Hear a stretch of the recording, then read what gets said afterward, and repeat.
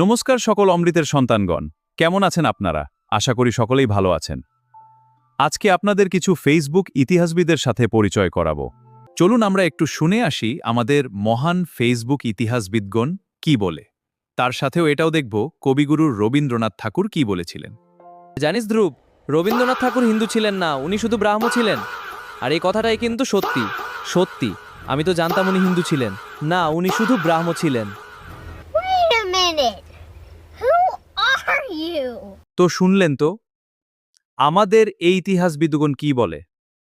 এবার শুনি কবিগুরু কি বলেন। আমি হিন্দু এ কথা বলিলে যদি নিতান্তই কোনো লজ্জার কারণ থাকে, তাতে সে লজ্জা আমাকে নিঃশব্দে হজম করিতেই হইবে, কারণ আমি মনে প্রাণে একজন হিন্দু। अरे बाप रे, ये तो धोती खोल रहा है। কবিগুরু উনার আত্মপরিচয় প্রবন্ধে এই কথাটি উল্লেখ করেন। সুতরাং বলি ভাই, ফেসবুকে পড়ে না থেকে একটু পড়াশোনা করো গিয়ে।